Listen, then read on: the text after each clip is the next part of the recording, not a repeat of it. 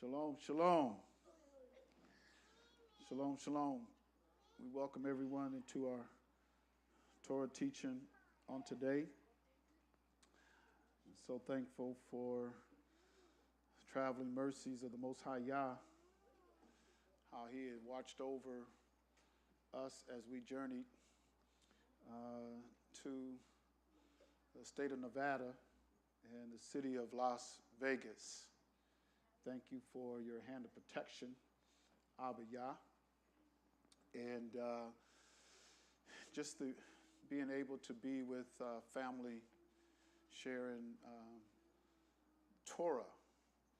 Because if Torah has to begin at home.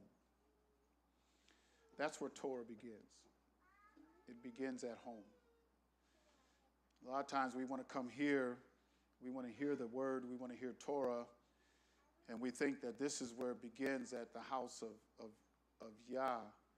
But Torah begins at home. You got to have this, you have to receive it here and then take it home, because He meant for Torah to be lived in us before any temple was built. Before they had a temple, and Solomon's temple was the first one, they had a tabernacle that dwelt in the midst of Yasharel. But it was Musha who taught the law, and then the Levites who taught the law. And once you heard the law, you took it home with you. And the fathers were supposed to teach their children. In Deuteronomy 6 and 4, which is our holy Shema that we speak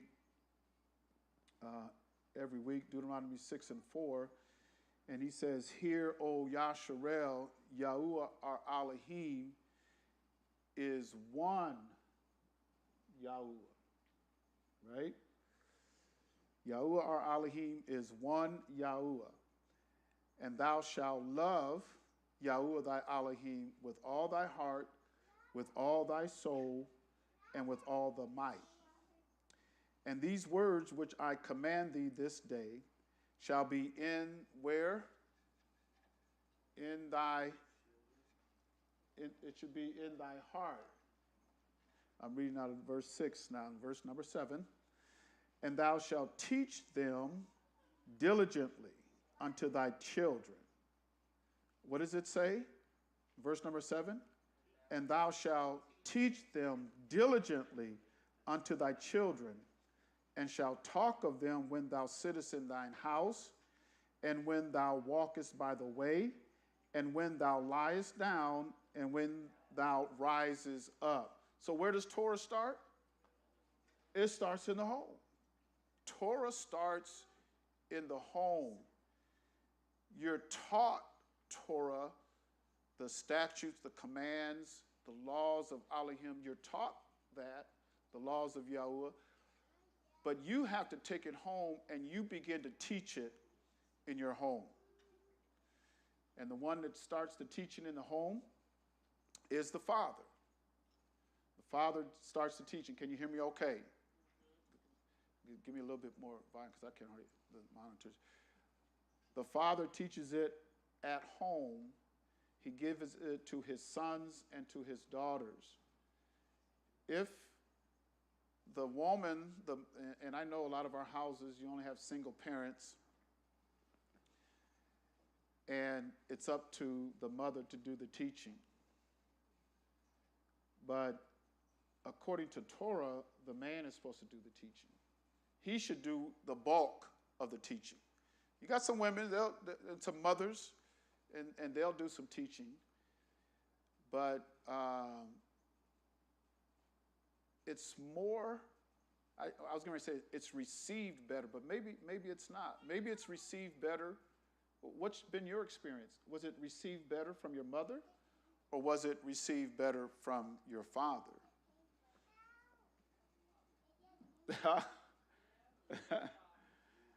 You know, and I don't think it was according to Yah's plan for us not to have a father, but we do know that there are homes where they're fatherless, and the mother has to fill the role as father and mother, but that's not according to design. He He didn't design it that way, but he does give his permissive will or omissive will.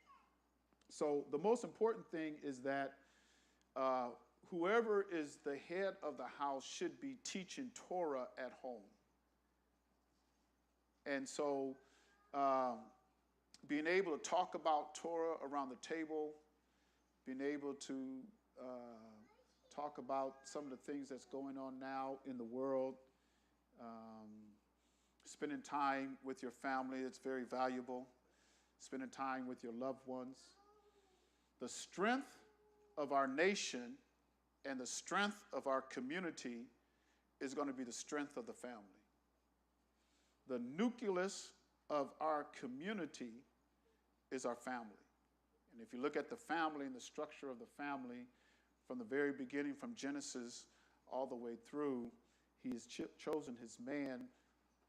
A man chooses his wife. When a man chooses his wife, he chooses a good thing. And he obtains favor of Abba Yah. And then they bear children. The tragedy of today is this wicked and godless nation and generation that we're in is encouraging us and our daughters. It's okay to be promiscuous, and it's okay to have children. You don't need a man. Only thing you need a man for is for the seed. And now they try to get away from that and have a seed. What is that called? Assimilated? Yeah, that's what they do now. That's what they do. and so you don't even need a man. That is unlike Yah. That's not our Yah. And you know who should know it? Us. We should know it. If you know Yah, Abba Yah, your father, if you know Abba Yah, then you know that's not of our father.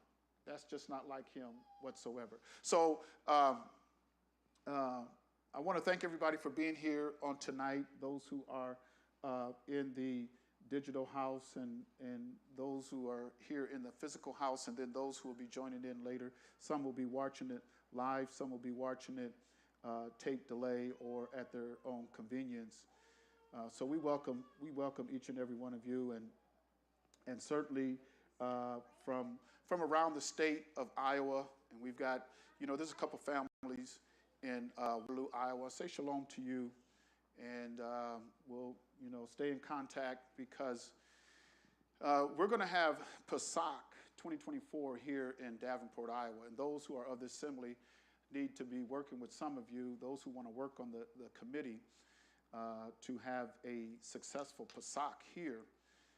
Please look me up, and I'll be speaking more about it on Shabbat and as we go forward. There's some things that we have to close. I'm working to close on some things, but Pesach 2024 will be here in Davenport. And as our local assembly, the House of Yah, we're going to have to really pull together and work together and welcome our guests that'll be coming in from Iowa, from Illinois. They'll be coming in from Indiana, coming in from California, Nevada, maybe Arizona, Florida, Boston, Massachusetts, Arkansas, maybe even Atlanta, Georgia. But they're going to be coming in to our community, and we're going to have Pesach here. So that's that. Our Pesach is April 23rd. And we should know April 23rd and going into the 24th. Why do we know that's the time of Shabbat? Or, I'm sorry, why do we know that's the time of Pesach? The 23rd and the 24th. Why do we know that? Huh?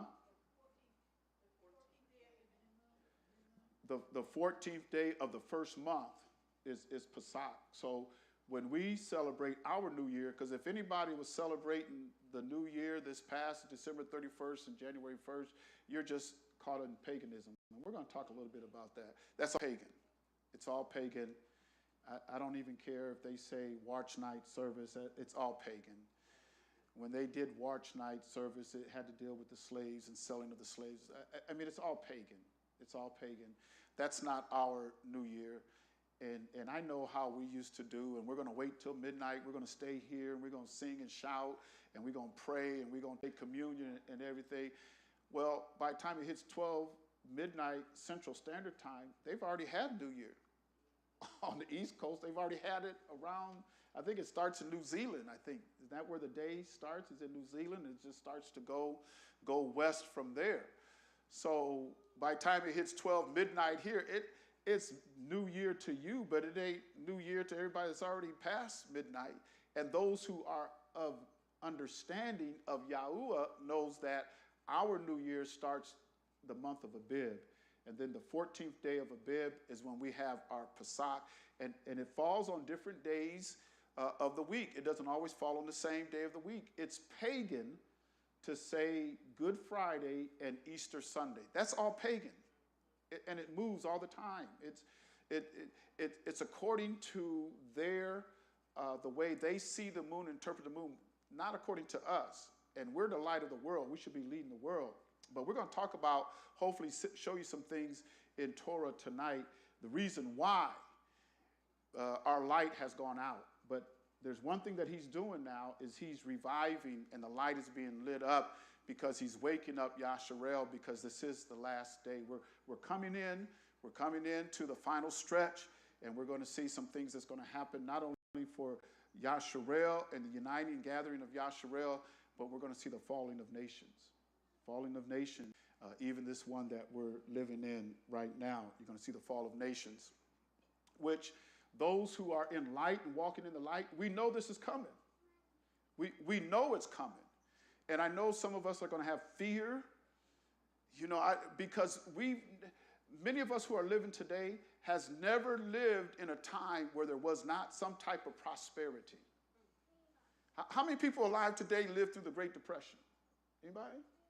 Not here physically, maybe out there on the different platforms, but nobody that I know of lived through the Depression. My father was born in 1922, and that was right around the Depression time, but by the time he grew up and everything, we were out of the Depression. So we really don't know what it's like to fall on national hard times, where the decline of the nation and destruction of the nation starts at the top with the wealthy people all the way down to the poor. Now, some of the poor folks say, let it fall, because I can't get any poorer than what I am. I don't have no money now. I ain't got nothing now. But those who are wealthy, those who have wealth and things like that, things are going to change. It's going to change drastically. And that's why we're preparing ourselves, because we know it's inevitable. If any of you have been following, we have the news views of the elders that comes on a YouTube channel. We have that podcast every other week. Some of you are tuning in. I thank you for those who are tuning in. And I would say, if you do step into the podcast, say Shalom. Shalom, Mishpacha. Let us know that you're there. And we do appreciate your time and attention. So on tonight, I want to have a kind of a quick, I'm going to watch my time here. And I know that we have a timestamp. People look at our, YouTube, Facebook. How long was it? Hour 40. It's just too long. So I'm going to try to shorten it up.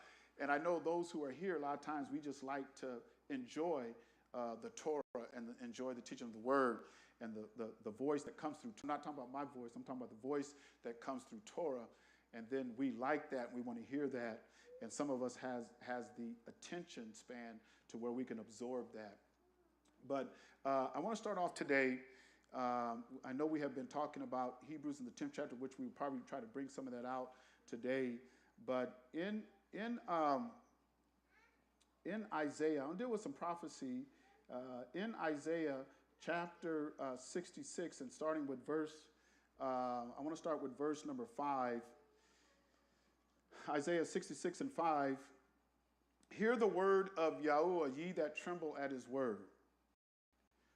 Your brethren that hated you, that cast you out for my name's sake, said, let Yahuwah be glorified, but he shall appear to your joy, and they shall be ashamed. A voice of noise from the city, a voice from the temple, a voice of Yahuwah that rendereth recompense to who? He renders recompense to his enemies. One thing we have to dispel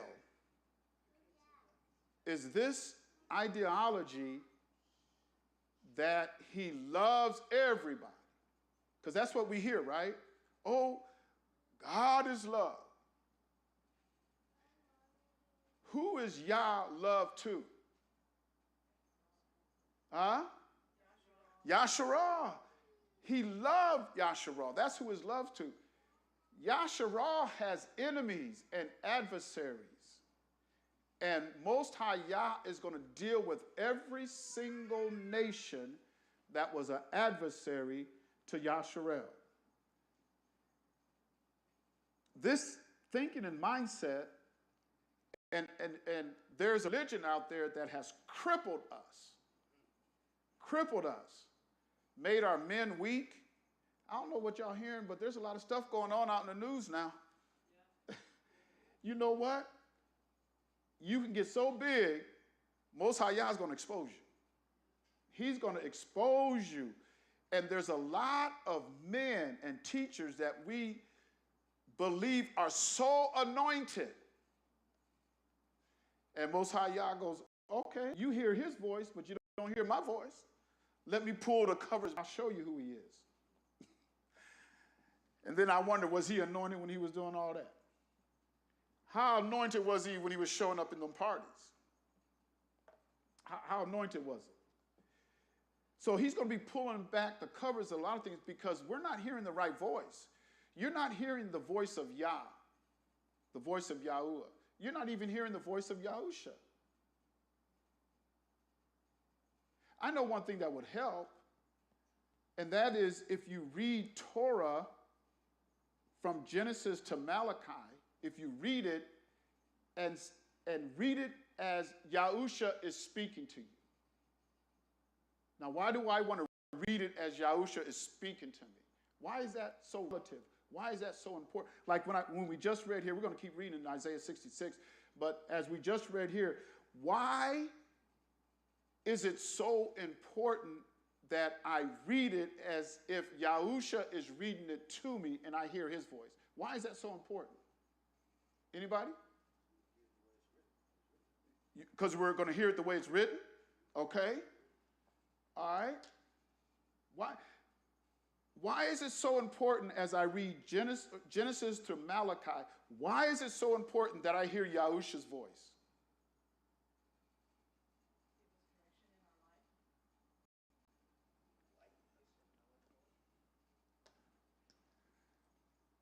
Have you ever heard that Yahusha is Elohim? Have you ever heard that Yahusha is God? Or have you ever heard that Yahusha is the Father? Or Yahuwah became man in flesh and called himself Yahusha. You ever hear that? The Father and the Son, right? One, right? So if I'm reading Malachi or Genesis to Malachi, how come I don't hear Yahusha speaking to me? We believe Torah was made what? Everything that was written and everything that Abba Yah said was made flesh. And it dwelt among us. And it says, we beheld the glory of our Father. We beheld his glory because we believe that Abba Yah made a body of flesh and came down and dwelled amongst us. That's what we believe, right? So why is it a stretch to read Genesis, Exodus, Leviticus, Numbers, Deuteronomy? We don't see Yahusha. We don't hear the voice of Yahusha. The reason why you can read the law and read Torah and can't hear Yahusha speaking to you because you got another Christ. You got another Christ. And it's not so foreign because didn't Yahusha warn us that? He said there will be many Christs. Isn't that what he said? Matthew chapter 24. He said there will be many Christs. But tells us we can't be deceived. So if I hear Christ or somebody who's speaking for Christ that is against Torah and against the commandments and the statute, that's not Yahusha. That's not him. You have to be psychotic at best if you think Abba Yah rolled himself in flesh and dwelt among us and then told you, go against my word. You're psychotic at best. You have to think about it now.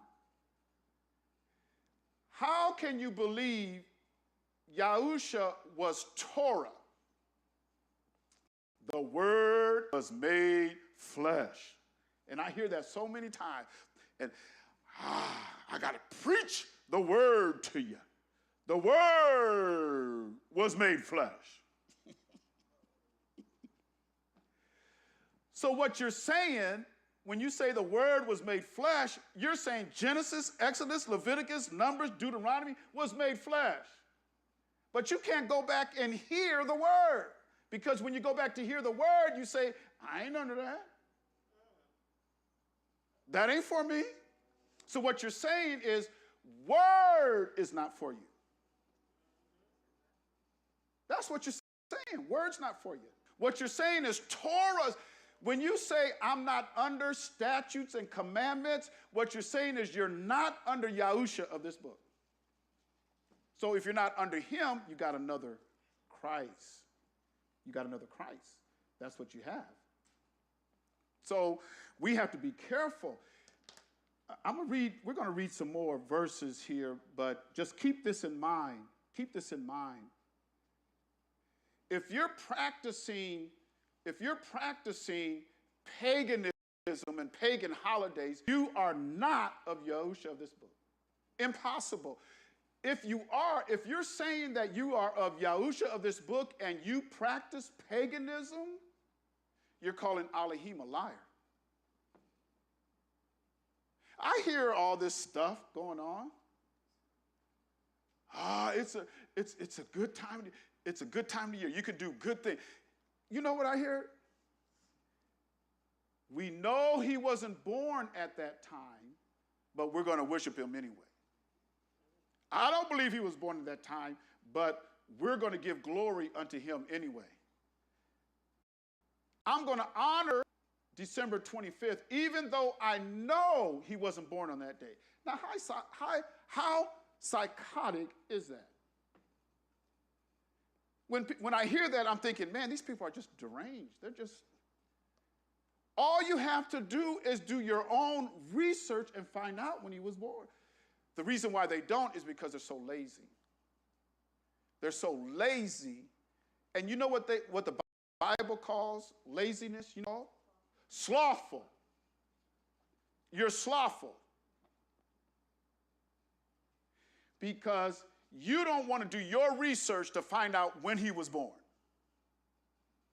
Because when you find out when he was born, around Tabernacles time, then you understand the Feast of Tabernacle, because even his name was Emmanuel, which means Elohim with us, Yah with us, and he tabernacled with us. So when we celebrate the Feast of Tabernacle, but see, there's a Roman religion called Christianity that does not want you to know that.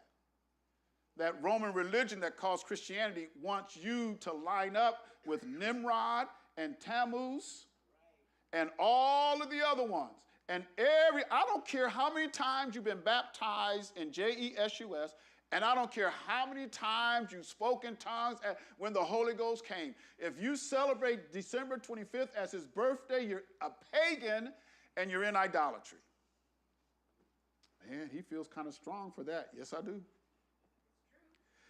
Because you know what he says in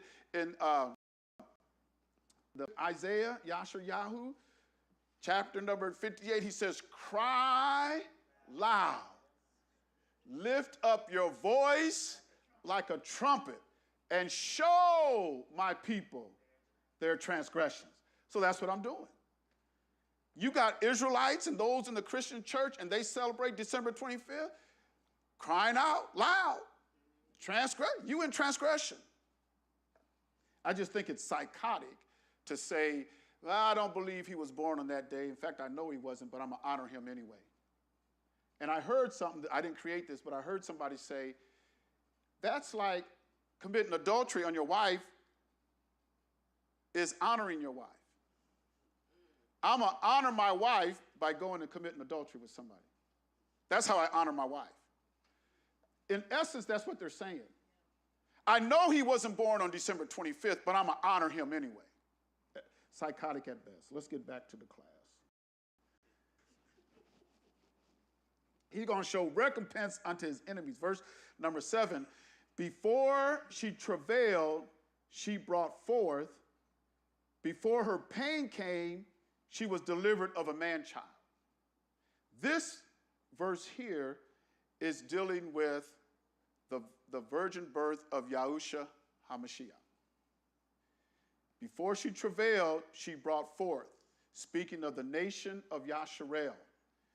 Before she travailed, she brought forth. Before her pain came, she was delivered of a man-child. That man-child was Yahushua HaMashiach. Verse 9, who have heard such a thing, because this is prophetic holy talk. Who hath heard such a thing? Who have seen such things? Shall the earth be made to bring forth in one day? Or shall a nation be born at once? It's a clue. For as soon as Zion travailed, she brought forth her children. So verse 8 is talking about who now? Huh? The nation of Israel.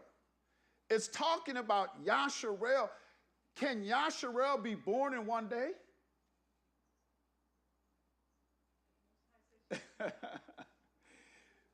Was Israel born in one day when they came out of Egypt? They were. It took one day. It says 430 years to what? The self-same day. Israel was born. So now we're looking at a time where Israel is born again as a nation. It's going to be born as a nation. But the birth of the children won't come forth until what? What's got to happen? It's right up there. What's got to happen? Huh? Travailing. And every woman that has a child goes through that period of travailing. Birth pains. And I can't wait till this child gets out. But you know what? After all the pain and the blood and everything and the child comes out, you kind of forget about the birth pains because of the child that you have.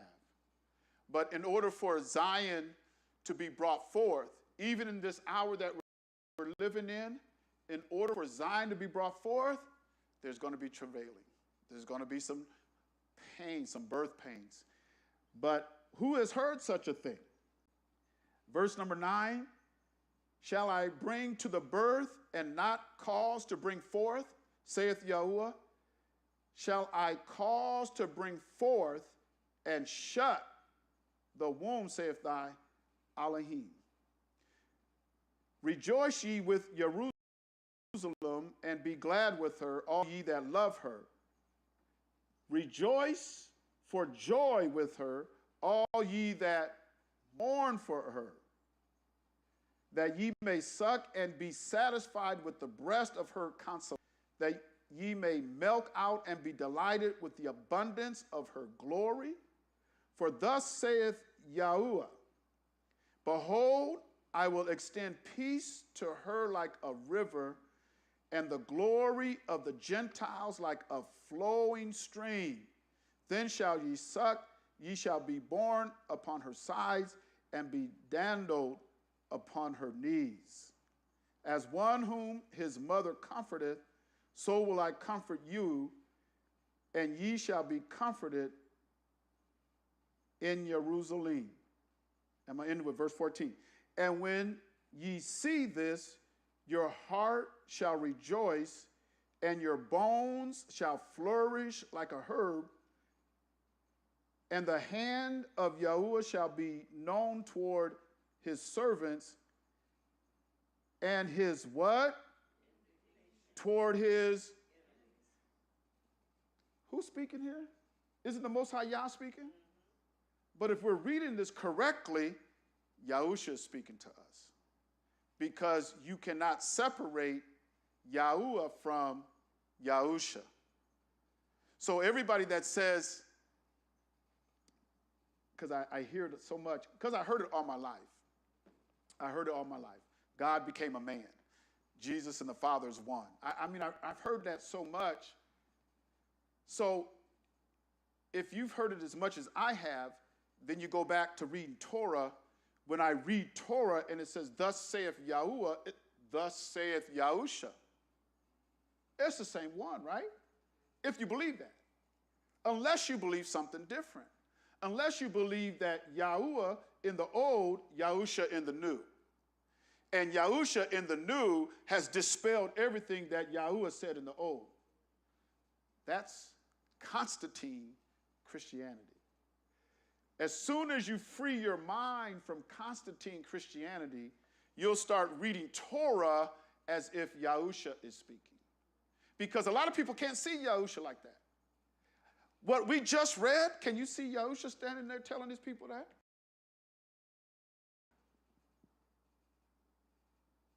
Yes. Oh, just a minute. Can we get you a microphone? Because I got some good advice from my family, because they said a lot of times they can, but they hear me respond, and they like to hear the question, because sometimes somebody might have the same question. At least we know how to. So somebody in the media room can help us. Let's get one of these mics turned on, and let's hand it off to our Mishpacha here, so that a question, everybody that's watching online can hear the question and we can respond.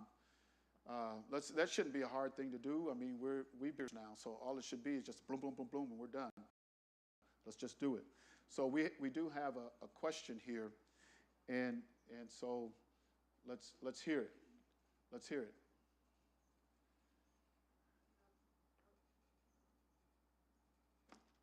Let's just do it. Give her a mic. Let's give her the mic.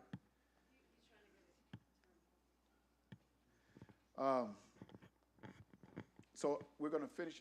I don't want you to lose your question. Okay, go ahead. Oh, yeah. So my question is this: that I thought that in the Torah, which is like Genesis to Malachi, it was Yahuwah speaking, like the oracles, right, from the Shamayim. Right. So it's hard for me to decide to mesh those two together. Do you understand what I'm saying? It's hard for me to know, because like Yahuwah is the oracles are spoken from him. It's hard for me to wrap it around and process it like you're saying, that it is Yahusha, because it's ushering in. Okay. If I can be transparent. So that ruach that was in Yahusha, whose ruach? What spirit was that, or ruach that was in Yahuwah? Yahuwah. So it was Yahuwah speaking through that vessel. It says in Hebrews, the 10th chapter, lo, I come in the, what was he talking about? Yeah. Yeah. Okay, it says, lo, I come in the volume of the book, it is written of, and who was speaking? And what was written at that time? Just the Torah. So what he's saying is, the Torah is written about me, and it's speaking of me. Right, but I think that's totally different to say, and please, I'm just speaking it out loud because I'm trying to rationalize. Right. Give her the mic. It's easy as 1, 2. So 1 + 1 = 2. To me, it's totally different to say, yes, it's written of me, just because, like you have like autobiographies or memoirs, right? Yeah, they're spoken about, that's that person, but that's that person speaking about themselves in the present or the future or past, whatever. But to say that this is Yahusha speaking to you, I mean, in this particular instance, to me, that's a total separate situation, right? Okay. To me, that's separate. Because he is not speaking. It is the Ruach. Well, of course, it is Yahuwah speaking because that's, the main line giving, directions and guidance. But then, yes, the whole Torah is written about Yahusha, but I think it's a total other instance or situation to say he's speaking it. Because if we're going to be technical, he is not. It is Yahuwah that's speaking. Yahuwah is speaking in Torah. Yahuwah is speaking in Torah. And he's speaking of Yahusha, right? So when I read Torah, I hear Yahusha because it's about Yahusha.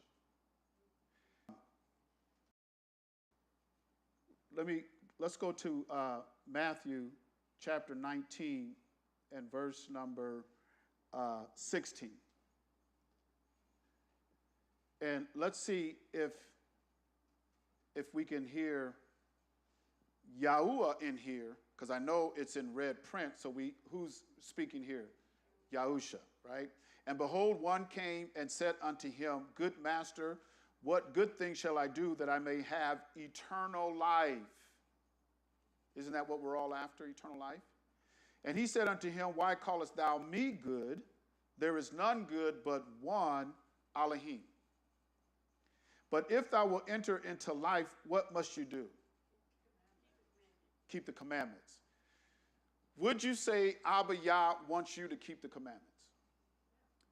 Hasn't Abba Yah said that throughout Torah? I mean, Genesis to Malachi. He was furious with them because they would not keep the commandments. That's why he was so upset with them. That's why he divorced them. That's why he got rid of them. It's because of their, the greatest thing. I mean, he put up with a lot of sin of his people. But there was one sin he just would not tolerate. Anybody know what that was?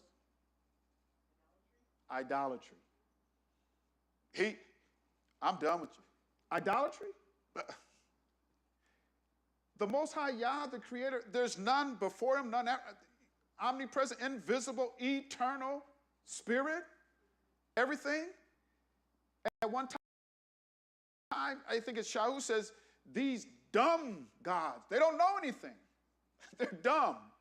But yet, Israel was caught up with Dagon, just a little statue. Just a little statue now.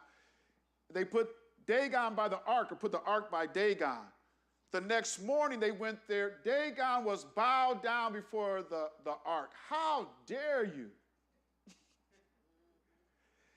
They set him back up, put him next to the ark, the ark of the covenant. The next time, the morning they went in there, his head and his hands were cut off. We got to get rid of that ark.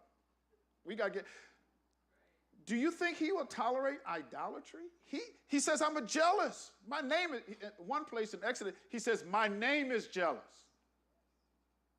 That's my name. And then you're going to go to a pagan God? Paganism? So I have to hear Yahusha when I'm reading Torah. Because just like he says here, if you want to enter into life, keep the commandments. Yahuwah commanded us to keep his commandments. Okay, let's go to Matthew 4:4. Let's look at this one.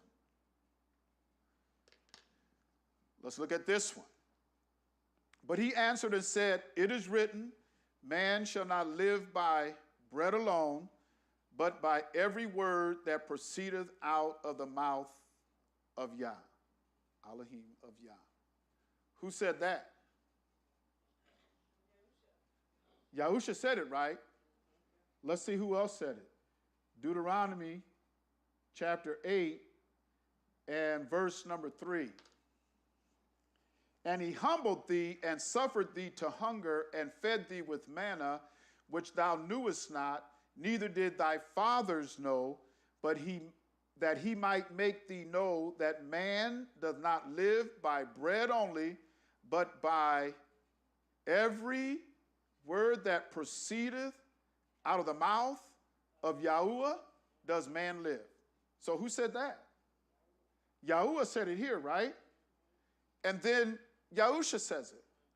So when Yahuwah says keep the commandments, and Yahusha says keep the commandments, when Yahuwah says you're going to live by every word that proceeds out of my mouth, and then Yahusha says you're going to live by every word that proceeds out of the mouth of Yah. So when I go back to Torah and I'm reading Torah, it's as if Yahusha is reading to me. Maybe this will help. Yahusha is the narrator. Maybe that'll help. Yahusha is the narrator of the Torah.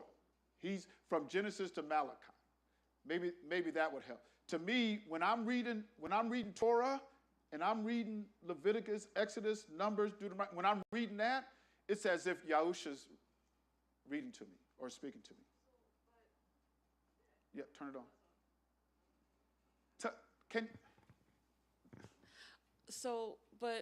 Why, and I'm not being worrisome, I really am. No, go ahead. Why is it necessary to when I read Torah, to hear it as if Yahusha is speaking and not the authentic author of those words and thoughts? Because they came from Yahuwah, and all Yahusha is doing is regurgitating what his Father has said, because it's in him.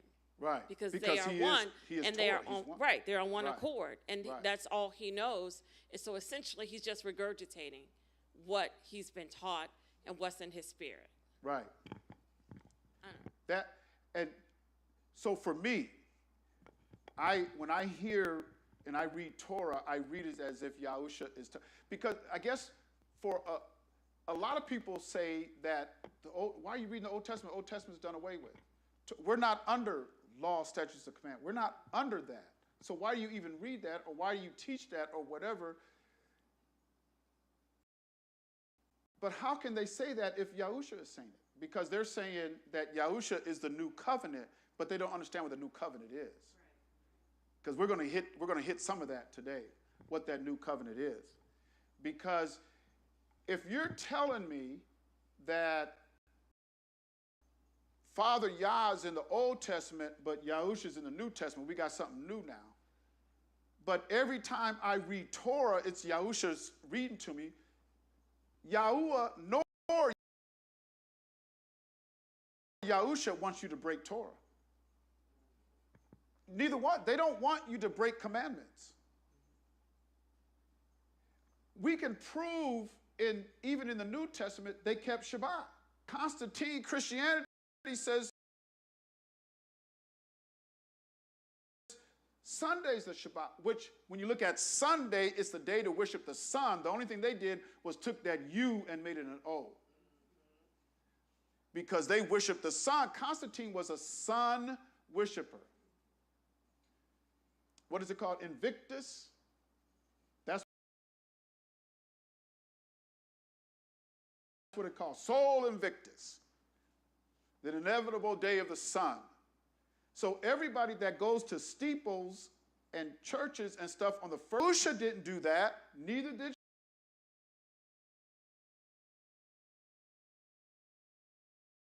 Shaul, neither did none of the apostles. Somebody says we're going to follow the apostles' doctrine. The apostles was in the synagogue on the Shabbat day. Whenever Shaul went to other cities, you can see it in Acts 13, Acts 16.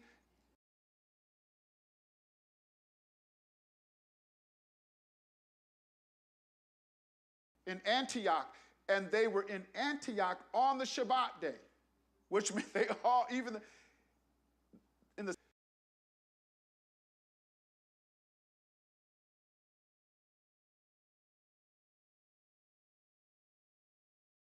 nowhere was their first day worship. You tell people that today, it doesn't faze them. It's like water going off the back. They don't, because Constantine Christianity has been woven into this culture and left an indelible mark that you can be baptized in his name and be filled with the Holy Ghost, and you still go to inevitable or soli victus. You still practice soli victus. We did. And the reason why we did is because we weren't taught like the apostles. I follow the apostles' doctrine. Then preach what they. Do y'all know apostles' doctrine is more than action? You haven't even got out of preschool yet. If you think that all the apostles taught was Acts 2:38, and I might even hit some of that today. But you can hear Abba Yah and then know that Yahusha is speaking, and he's just saying the same thing that Abba Yah said, because that was his son. But for those people who are so woven into the fact that the Father's done away with and now we're going to listen to Christ, then you have to understand that when Christ read and everything, he talked about Torah. Christ didn't want you breaking no commandments. Do you know it's an insult to Christ to worship on Sunday and not keep the Shabbat? When you understand it, there's no doctrine for that. But yet they do it blindly, because a lot of them say, well, I know I got the Holy Ghost because I spoke in tongues when it came. And a lot of it is because we're not being taught properly, which goes to our teachers and our preachers. And then a lot of us look at legacy. Because if mom and daddy did it, grandma and grandpa did it, I'm fourth generation. You know how we do that sometimes? If it was good enough for them, it's good enough for me. But in the day and time that we're living now, he's waking up Israel. And I want to go through some of these scriptures, because just because you're awakened and you're in Israel don't mean you're going to make it. And just because you're practicing Constantine Christianity don't mean you're going to make it either. Because he said that there will only be a remnant. Remnant is small. You talk about his people gathered or spread to the four corners, and you got North America, South America, you got Africa, and you got Asia, Europe. You got the 1, 2, 3, 4, and they're spread to the four corners. When you look at Yasharel and the population of Yasharel, roughly about 100 million, but that don't mean there's going to be 100 million that's going to make it into the promised land. He said only a remnant. Only a remnant is going to make it.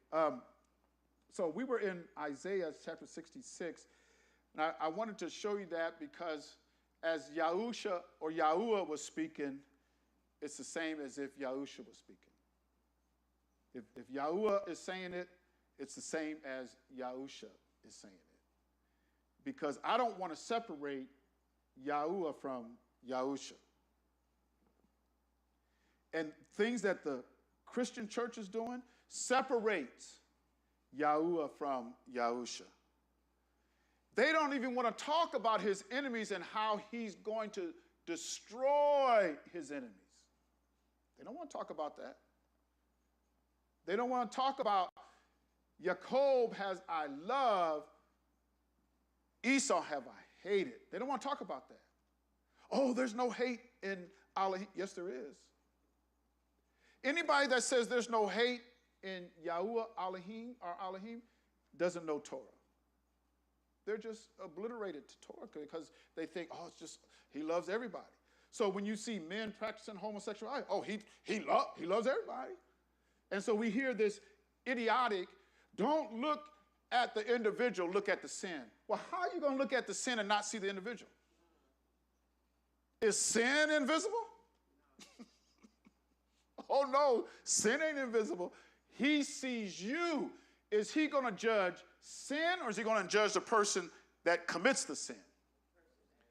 He's going to judge the person that commits the sin. You know why? Because when Yahusha came, he paid the price for what? So if you're judged on sin, it's not because of Yahusha, it's because you committed sin. And it also says in Torah, in the book of Psalms, he's angry with the wicked. How often? Every day. It says it in Psalm. He's angry with the wicked every day. So if he's angry with the wicked every day, and he says here, indignation towards his enemies, and you don't think he's going to He gonna judge Israel. Okay, let's go to Yekazakal, which is Ezekiel. Yekazakal, chapter 20, and I want to start with verse number 30. Yekazakal 20, verse number 30. Wherefore say unto the house of Yasharel, thus saith the Adonai Yahuwah, are ye polluted after the manner of your fathers, and commit ye whoredom after their abominations? Uh-oh. For when ye offer your gifts, when ye make your sons to pass through the fire, ye pollute yourselves with all your idols, even unto this day. And shall I be inquired of by you? So you go into idol worship, idolatry, and paganism, and then you want him to be inquired by you? That's pretty strong. O house of Yasharel, as I live, saith the Adon Yahuwah, I will not be inquired of by you. So you have all of these, especially this, there was one pastor, watch night service, he brought it, they said it was like a club as they bring on the new year. There's another pastor that says he's in tight with P. Diddy. He was seen at P. Diddy party. Now, I don't know if you know what goes on at those parties, but it's beyond. So what will a man that's supposed to be, quote unquote, a man of the cloth, why would he even be there? What? You live way down south and you're going to go up north and be at a party? So he says, why would I even be inquired of by you? Because we think all these people, oh, they speak such great words, such a flowery vocabulary. And we just get so caught up with that. But if you knew what they was doing, you would change your view of them. Maybe, because some folks, I don't care. Some folks feel that way. You had somebody, it came out towards the end of his life that he was popping all these boys and then died of AIDS. But while he was going through that and people was trying to warn him, he didn't lose no membership. Because they don't care about that sin. They're so caught up in the man, and the man becomes an idol. You think Abba Yah's happy with that? I don't think so. He says, why would I be inquired of by you? Verse number 32, and that which cometh into your mind shall not be at all, that ye say, we will be as the what? We'll be as the heathen. Now, didn't he tell us in Yirmiyahu, which is Jeremiah, Yirmiyahu chapter 10, what was the first thing he says? Learn not the way of the heathen. That's what he says. Because we have a lot of Christian folk saying ain't nothing wrong with it, and he told us, learn not the way of the heathen. I don't have time to break it all down, but how many of us remember King Saul, King Shaul, King Saul? And the command was given to him to go to Amalek, kill Amalek, every man, woman, child, and all the beasts. Wipe them all out. That was the command. Just like our command, way back when it came off of Sinai, just like our command was, don't bring no other gods before me. Idolatry will cut you off from me. So he gives that command to King Saul, King Shaul, and so King Shaul goes to exercise and be obedient unto the command of Yah. But he spares the king. And what else did he spare? The best of the lambs. And why did he say he spared the best of the lambs? So they can sacrifice unto Yah. So the Most High Yah says, oh, Samuel, he didn't keep my commandments. So Samuel went to him and said, King Saul, have you obeyed the voice of Yahuwah? He says, yeah, I obeyed him. And then what does Samuel say? What's this bleating of the sheep that I hear? And he says, well, we thought we would keep them so we could offer them up to the Most High. Disobedience cut him off.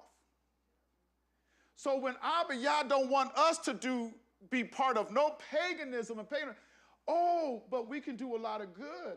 I like giving presents at that time. I like putting lights up on my house. I like sitting around. Oh, yeah, we got a tree in our house. Not only a tree in the house, but we bring it into the church and we put gifts around it because it's a good time of the year to do those things. And you don't think that bothers Abba Yah when his name is jealous? Oh, it does. What's keeping the wrath of Yah, because he's on a time schedule, he won't do anything before his time, won't do anything after, but you will know when you get cut, you're going to know. When you get cut off the team and you can't get in the front, you're going to know he lifted his voice and tried to tell his people and warn his people, because we've been talking about it for years now. It ain't nothing new to us. We've been talking about it for years. People have heard us speaking and still has denied and has went on and kept paganism. So we'll see if he's going to be happy with that. Verse 32, and that which cometh into your mind shall not be at all, that ye say we will be as the heathen, as the families of the countries, to do what? Serve wood and stone. And this was a prophecy back in Deuteronomy chapter 28, because he says, if you don't keep my commandments and you break my Torah and everything, he says, you're going to serve wood and stone. You're going to get caught up into this idolatry. The Roman Catholic construct of Christianity is idolatry. That's idolatry, simply put. And I know we have a lot of family, we have loved ones, and we have friends that are trapped in the Roman Catholic construct of Christianity. They're trapped in it. And your prayers should be going up every day. Mine should be going up every day. Open their eyes. Wake them up. Wake them up. Let them see this. Your name is jealous. You're jealous, Elohim. He's not going to tolerate it.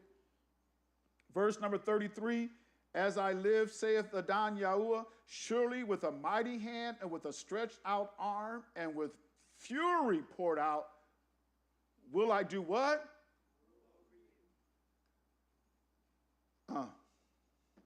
Oh, they're too hard? Yahukanan said the commandments of Yah are not grievous. When he says he's going to rule over you, he's ruling over you with thus saith Yahuwah. That's what he's going to rule over you.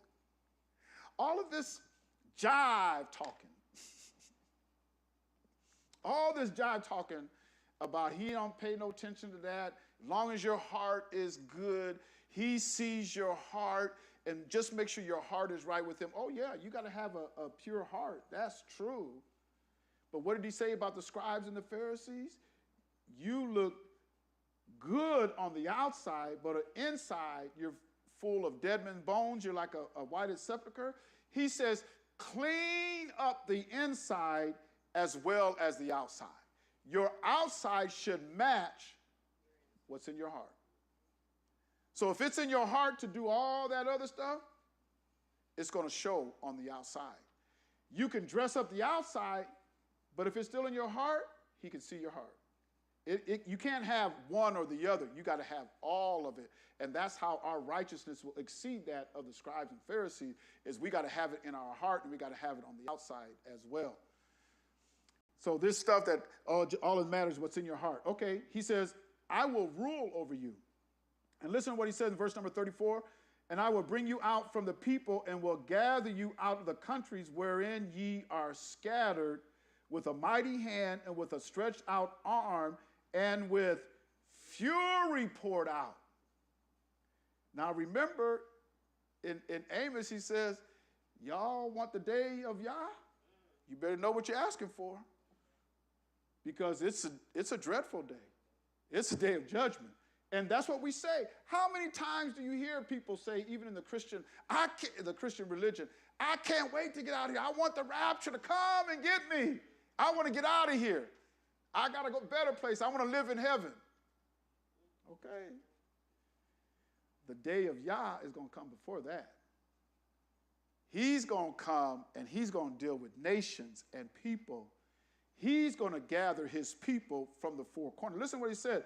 With a mighty hand, with a stretched out arm, and with fury poured out, verse number 35, and I will bring you into the wilderness of the people, and there will I plead with you face to face. And Shaul says, we all got an appointment. We all got an appointment with them. Me and all y'all. All of us got an appointment with him. And he's going to deal with you face to face. Do you want to hear, well done, thou good and faithful servant, enter into the joy of your Adonai? Or are you going to hear, depart from me, I never knew you, ye that work iniquity? Because you're going to see him. We're all going to see him. We're going to be judged. He's going to judge us according to Yahusha. In Acts chapter 17 and 31, will you give me a minute? Well, I'm going to take more than a minute, but real quick here. Acts 17:31, because he has appointed a day in which he will judge the world in righteousness by that man whom he hath ordained. Now, in this verse, he don't tell you his name now, but I'm just going to give you one guess. Whereof he hath given assurance unto all men, in that he hath raised him from the dead. Now, who are we going to be judged by? Yahusha. Yahusha. We're going to be judged by Yahusha. And a lot of people say, I can't be because he was God in the flesh. That's what they say, he was God in the flesh. We're going to be judged by that man that was tempted in all points like as we are, who knew our afflictions. He's been touched with our afflictions, yet without sin. It says, Kepha says, whose steps we follow, who knew no sin, neither was any guile found in his mouth. That's who you're going to be judged by. Oh, man. Yeah, we better get some help. You know what's going to help you? The Ruach HaKodesh will help you so that you can overcome everything in this life, so that when you meet him face to face and he deals with you face to face, you'll have a life before you. Yeah, I was a sinner, but you be your Ruach HaKodesh, and I was able to overcome. Who in their right mind would say, you gave me the Ruach HaKodesh, but it wasn't good enough, it wasn't strong enough to keep me from sin? And do you think somebody like that going to pass judgment? Oh, yeah, you gave me the Ruach HaKodesh, but I went back. You ain't gonna pass, you're not going to pass judgment. Now, he says, I'm going to rule over you. I'm going to do it in my fury. Because everybody want to talk about Elohim is love. Oh, I'm so glad I don't have to deal with Father Yah of the Old Testament. I got Yahusha of the New Testament, and we talk about all this stuff. Yeah, that's who you're going to be judged by, Yahusha. Back to Yakazakal, when he deals with us face to face, in verse number 35, and I will bring you out into the wilderness of the people, and there will I plead with you face to face. So when he gathers us and we go into the wilderness, he has your number. And I believe during this time that he's dealing with us face to face, it says judgment must begin at the house of Yah first.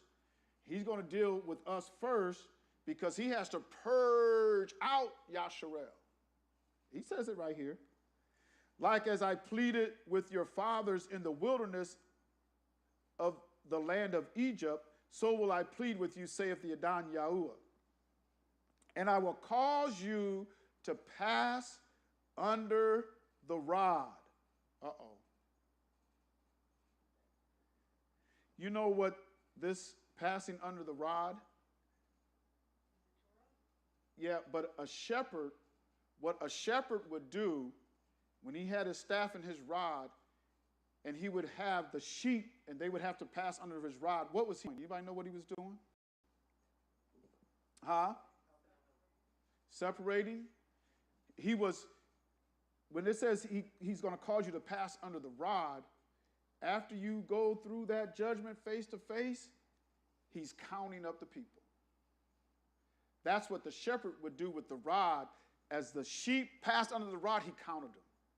This one, this one, this one. Because, well, we better go there. In the book of Psalms, chapter 7, and let's see, verse number 5.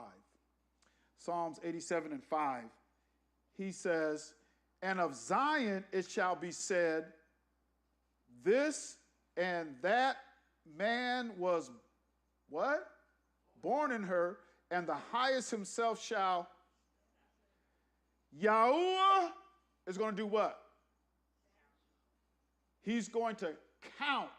That's them going under the rod. When he says you're going to go under the rod, I will cause you to go under the rod, because Yahuwah shall count when he writeth up the people.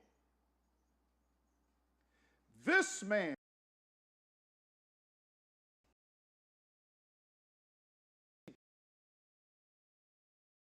were born in Zion. He knows which ones were born. So he's going to count the people. He's going to cause them to pass under the rod. Okay, so back to Yakazakal 20.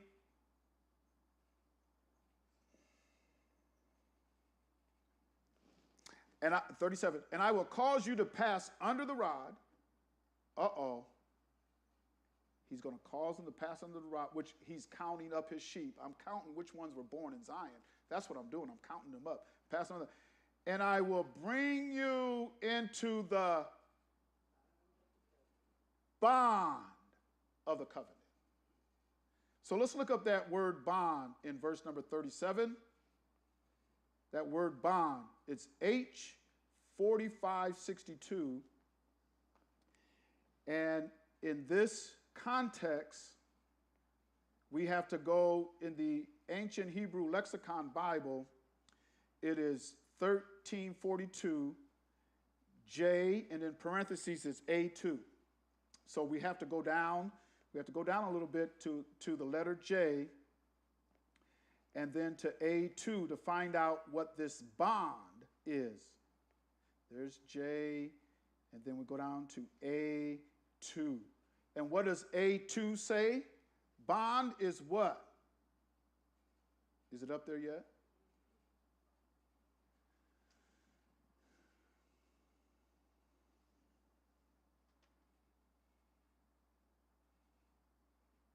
We'll wait till he gets it, or she, in the media room.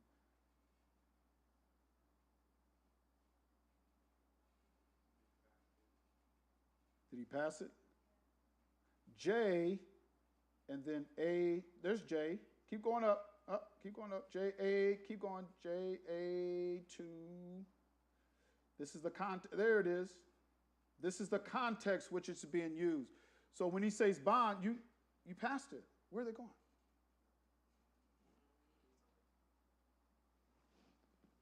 JA2. No. There it is. JA2. Here it is. So to be bonded means what? What binds one to someone or something?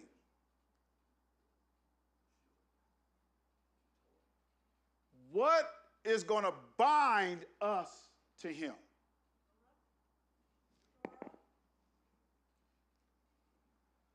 Remember that. What binds one to someone or another or something, okay? Remember that. Now let's go back to the verse. Let's read it again. I will cause you to pass under the rod, and I will bring you into the bond of what? So what binds us with him? The covenant. What binds us to him is the covenant. This right here. That's what binds us unto him. So let's look at that covenant. Let's look at that word covenant, H1283. This is what binds us to him. And it's H in parentheses N4. So I'm going to go down to H and then N4 in parentheses. There's H and then N4. Is it up there? H and then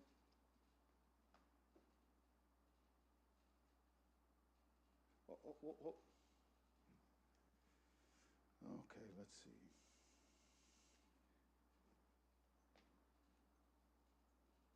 H, there's H. N4, there's N3. Here it is. This is what he's talking about. Covenant.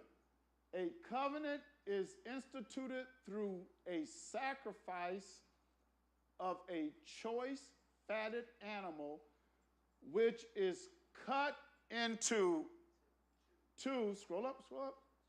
We're reading here. Which is cut into two, and the parties of the covenant pass through the pieces. Listen to this.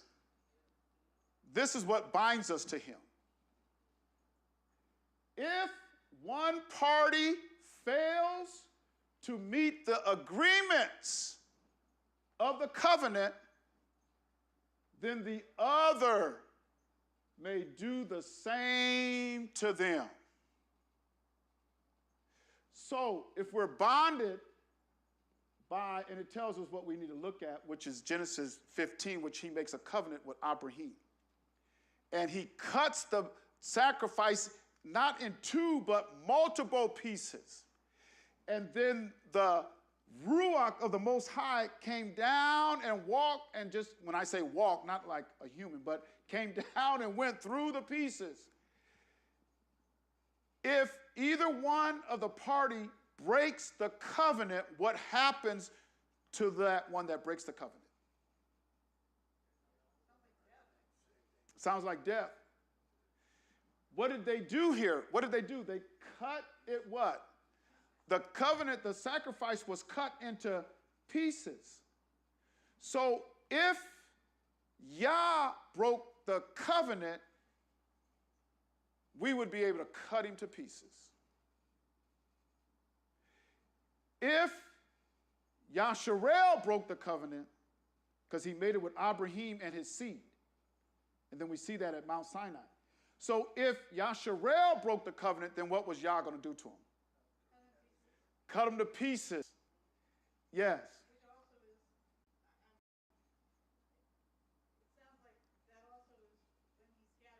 Hallelujah.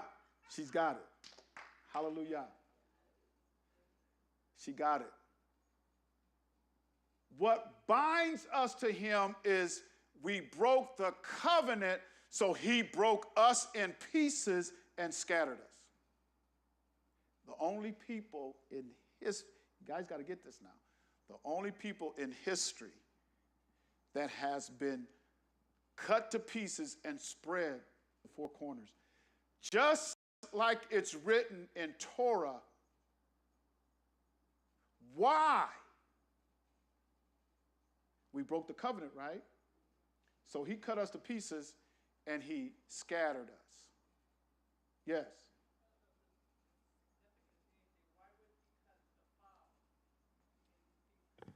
fowls. Yeah, why did he cut the ram and the lamb and that, but not the fowl, the birds? The other animals were a lot larger, so the birds, I'm just assuming because of the size. I'm not significant. I don't know, most of the sacrifices, if they had birds, they didn't cut them up to pieces like they would the other animals. And it could be because of the size. I'm not sure. But I know the animals, the four-footed beast animals, they would cut into pieces. And that's what he did. So when Israel broke the covenant, he cut them into pieces. And he spread them to the four corners of the world. So now he's saying, okay, that's what happened. Let's go back to Ezekiel, Yekaza called 20:37. And I will bring you into the bond of the covenant. So where do you think those who pass through the rod of correction, those who make it, well, we still have to get to verse number 38, but the bond of the covenant. Now we know what happened with the first covenant, right? So is there a new covenant coming? Didn't he say there was going to be one? And we got to see how we're going to be bonded. Because to be bonded means he has to bind you to someone or something. That's what that bond means. I'm going to bind you to someone or something of the covenant. Notice now, he doesn't say a new covenant. He says of the covenant. I made a covenant with you before. That covenant was broken. You were cut to pieces and spread to the four corners. Now I'm going to bring, didn't he say I'm going to bring you back from where I scattered you? I'm going to rule over you. Remember we read that? I'm going to bring you under the bond of the covenant. So when Yahusha says, this is the cup of the New Testament, and I know that's how it's written in the Testament, but if you look up that word testament, what does it say? Covenant. This is the cup of the covenant, which means his life for our life. His life. Now let me ask you, did Yahusha break any commandments? So he didn't have to be cut to pieces and spread to the four corners. Not Yahusha. So because of his faithfulness and his obedience unto Yah and keeping Torah, his life was for us, but now we got to have this covenant again. Now, when they got the covenant, where did they get the covenant? On Mount Sinai. They got the covenant on Mount Sinai, a set of instructions called Torah. And how did they receive it?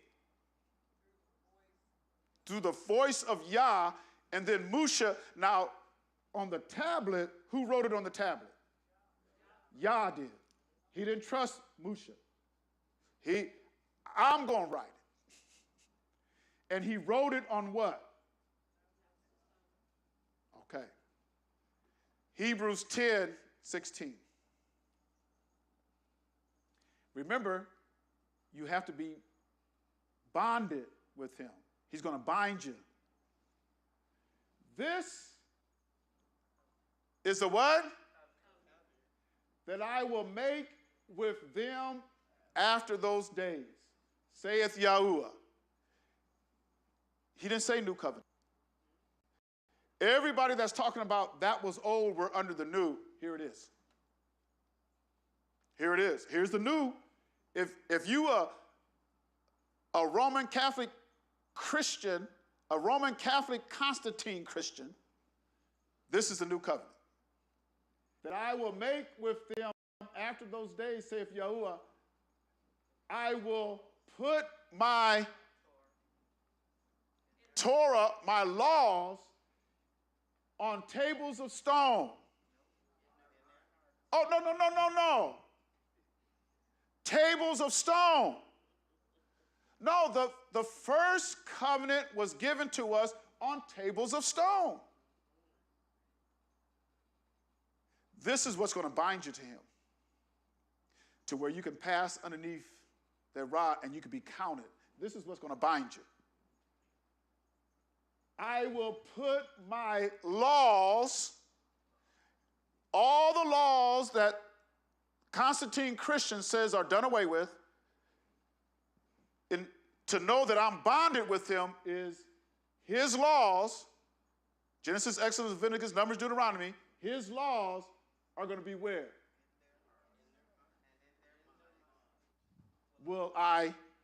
He didn't trust Musha to write it.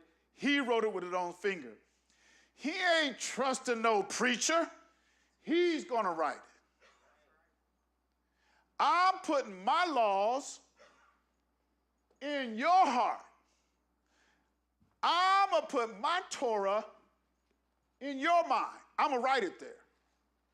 I'm going to put all 10 commandments, I'm going to write them on.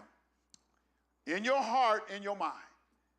I'm going to write, thou shalt keep the Shabbat holy on all y'all Roman Catholic Constantine Christians. He's going to write it. You know why this is so important? Because let's go back to Yekazakal 20:37. Let me show you why it's so important. Yekazakal 20:37.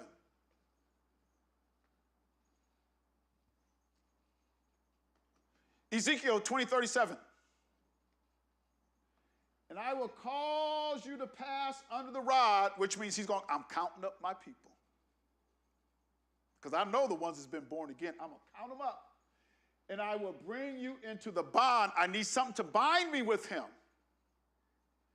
Do you know when it was put on stone? He says, I'm going to do a new thing now. You're going to be so close to me. You're going to be bonded to me so well. I'm going to write it in your heart and in your mind. Bond of the covenant. Yes, question. No, it's just a comment, because I think the light bulb just came on for me. So it's the same covenant, but just like parents do the same thing. Okay, I got the same rule, but let's try a different approach, right? So let's try it. Let's try it. See if we can get it this time, right? Right. Even like with educators, you teach and you teach, and then you do like a formative assessment just to see how much they've captured.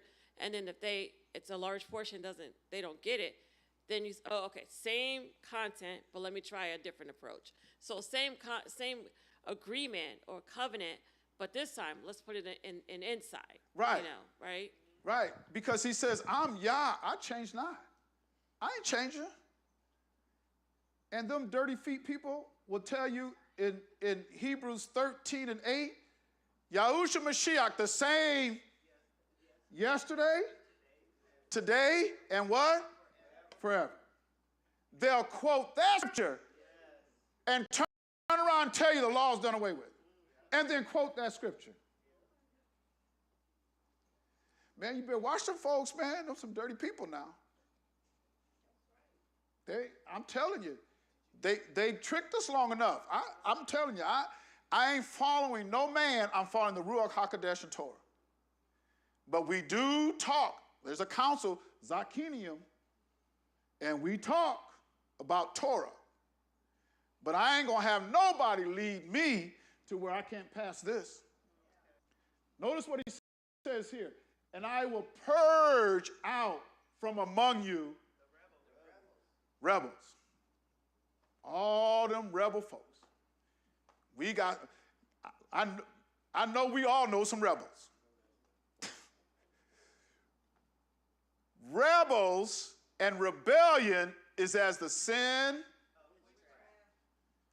And he says, suffer not a witch to live.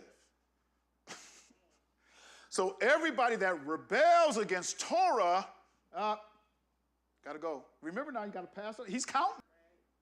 I know which one it is. Abba Yah knows you better than you know yourself. And ain't nothing you can do that gets away from him. He says, I know your thoughts as they come into you. You ain't even thought. He knows what you're going to think on your bed tonight before they even come to you. Do y'all know in Genesis chapter 6, that's what got Yah so upset, because men were so wicked, they laid on their bed, and he knew their thoughts. They thought about what can I do that's more wicked tomorrow than what I did today? He said there was nothing but violence. Y'all need to look at that now. There was nothing but violence. Look what's going on around the world now. Man, well, I don't want to get into what the United States got, where they got ships and everything. Oh, that's right. That old pagan holiday is over. Everybody's back to school and back to work now. I better hurry up. I'm going to purge out the rebels and them that, what? Sin is the transgression. I'm getting rid of them. All that transgress against me, I will bring them forth out of the country where they were sojourned. He's gathering Yasharel from the four corners, but you're going to be judged. You're going to be judged. And then he's going to count them up who can come underneath the bond where I can put that covenant write it on their heart and their mind, because I'm getting rid of all rebels and all transgressors. I will bring them forth out of the country where they sojourn, and they shall not enter into the land of Yasharel. And ye shall know that I am Yahweh. Y'all going to know it. I want to know now. I want to know now. I don't want to wait. I don't want to wait till this and then find out, man, I came up short. Because we used to sing that song, 99 and a half won't do. Y'all, he's getting rid of, just because you're an Israelite, that doesn't mean salvation. He's getting rid of a lot of, he said, I'm going to start with my house first. How am I going to judge all these other nations? I don't judge my house first. Y'all know he ain't like us. We like to judge everybody else's house, and we ain't going to say nothing about our house. We think we ain't got angels. Boys, they're just angels. And then you want to talk about somebody else's kids. You want to judge everybody else's house but yours. Yah's not like that. He even says in his word, I ain't like you. Because he says in Psalm, you thought I was altogether, y'all remember we brought that out, the scripture out? You thought I was altogether like you. That's what we think. He said, no, I'm going to deal with my house first. I'm going to deal with my house first. I'm going to clean up my house. It's going to take him some time. He's going to gather all Israel. He will be in a place of refuge, but you're going to see him. And he's going to judge you. Because he says only a remnant. And Zechariah, it says 2/3 won't make it through. Only a third. Just a remnant. So if you figure 100 million Israelites around the world, I mean, talking true descendants of Jacob, about 100 million of them, 2/3 of that's gone. They ain't going to make it. Once he deals with Israel, then he's going to deal with these other nations. He's going to deal with them. We're going to be in a place of refuge and be protected. And this one world system, which is about to kick off, that's why I know it's soon. This world system, one world religion, and which we've already had a one world religion. And this mark is coming, and everybody outside of Israel is going to have to deal with that. They're going to have to deal with it. Now, you do have some, what are they going to do to make it? They have to give their head up. You do have some that will give up their head. I ain't taking no mark. I'd rather die than take a mark. But they're going to make it so convenient because they're already setting the table. They're already setting the table. So any questions, comments out there? My time is up. Came in right about 90 minutes. questions or comments? Because we're going to look a little bit more. We do have to work on our Pesach because we're going to be entertaining guests from around the country. So we want to put our best foot forward. I've already got the place picked out, working on a contract, and we're going to seal that deal there. And then we've got to get our programming, everything that we're going to do, and have a hospitality welcome, Yasharel. And Pesach is a sacred time because it represents the coming out of but who is our Passover? Because he tells us in Romans we're not supposed to, or 1 Corinthians chapter 5, I think it is, right? He says that Yahusha is our Passover, therefore what? Keep the feast. That's what he said, therefore keep the feast. But we're supposed to do it how? Sincerity and truth. So we got to be sincere about this. We have to be. It's the time of Pesach. They came out of Egypt, and when they marched out of Egypt, full moon in the sky that led them out of Egypt. And so Yahusha is our Passover now, and he leads us out of bondage and out of captivity. But we have to. We're going to keep the feast. We're going to do it in sincerity and in truth. And we're opening it up to even, there might be some locally around here are not a part of this assembly that want to keep the feast. And we're going to let them keep the feast. Would those be strangers? Will there be strangers?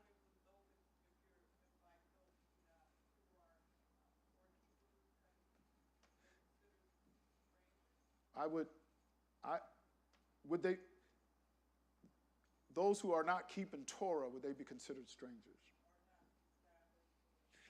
I mean, to the Most High, yeah, he might look at them as strangers. You know. Yeah. Yeah, because see, the Pesach now, the Pesach meal, Yahusha ate the Pesach meal. It wasn't until after the meal that he told him that the cup was his life for the New Testament. That came after the meal. And none of them that was in the room was filled with the Ruach HaKodesh. Right?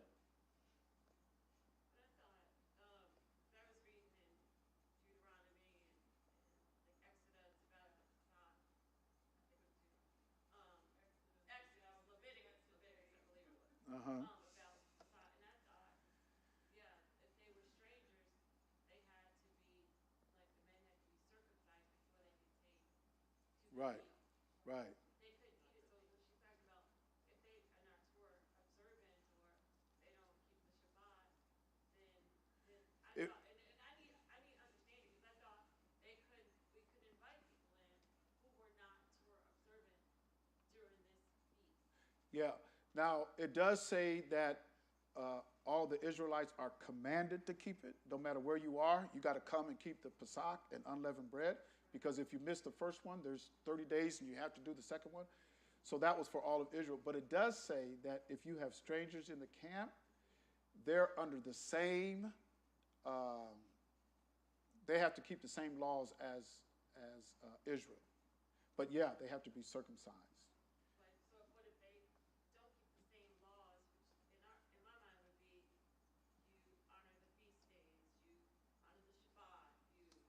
Yeah, yeah. Then they are strangers. They can't partake. Yeah, and we'll look at it further because you might have a point there. So we'll look at it further.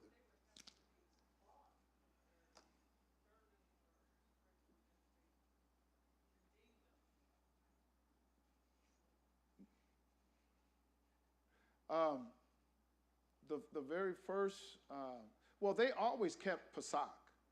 They always did. Even after Yahusha, they kept the Pesach and unleavened bread. We see that in Acts 12, you know. So they always kept the Pesach and unleavened bread, even after Yahusha left and went to, rose from the dead, went up to Shamaim. because it was commanded on Yasharel to keep it. Yahusha kept it. It's just at the end of Pesach, after he had his Pesach meal, because it even says it after they ate their meal. The meal that they ate was a Pesach meal. And none of them had the Ruach HaKodesh. And he told them that this cup that you're about to drink from is my blood or my life for the new covenant. The new covenant is not a rewriting of anything. The new covenant that he was speaking of is being brought under the bond of the covenant. It's going to be written on our hearts and in our minds because they hadn't had it yet. It's just commanded on Yasharel to keep it. But Yahusha took it to another level because he's telling them about this covenant that's coming that's going to be written on your heart and in your mind. We haven't got there yet. That's why he says, I'm not going to drink it with you again until when?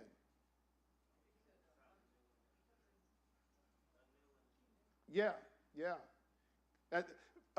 Matthew 26 and at 28 is where we'll start. And we're done.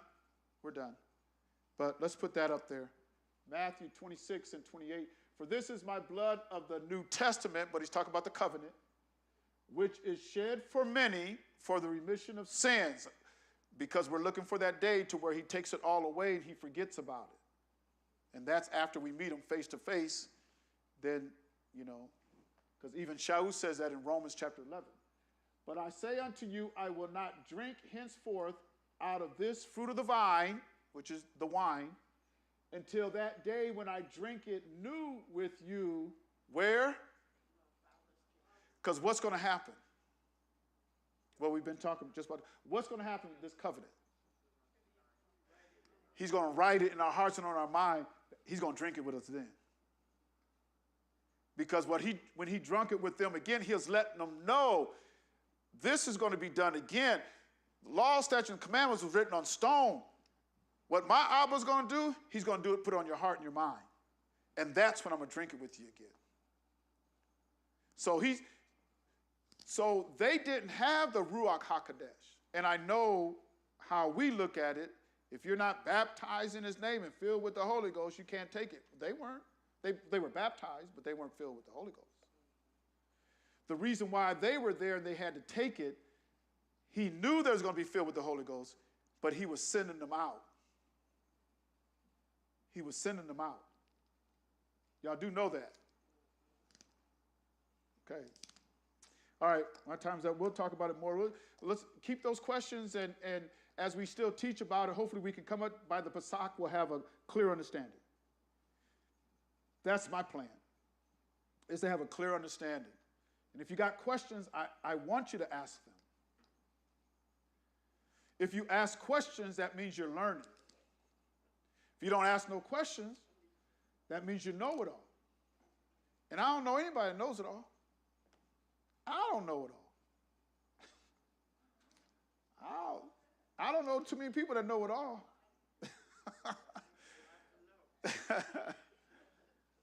But a lot of this, if it was taught to us right, we'd be further on in our walk. We would be further on. Because it's awful strange that everything we do, what we believe in the world called Jew. We believe in a Jewish Messiah, right? We believe in a Jewish Messiah. We believe in somebody that kept Torah or was in Judaism. He kept Torah. That's what we believe. We believe in somebody that kept the Shabbat. We believe in somebody that kept the feast days. But when it comes to the new birth, now all of a sudden, we don't believe in that anymore. Now, how backwards is that? The only way you do that is because you have another Christ. You've been given another Christ. Nothing wrong with the birth now. We have to be born again. But after I'm born again, because the birth was given to Yasharel, he says, unto the Yahudim first, and also unto the Greek. So it was given to Yahudim. He says that salvation is of the Yahudim. All right. Got any other questions, comments? If not, anything? Because we're gonna I want you to ask your question because that helps me study. Because some of the things, if I can't answer, I'm going to study, and then I'm going to see if I'm asked, Yahusha, I need the answer to this. So give me something in the Word. I heard something.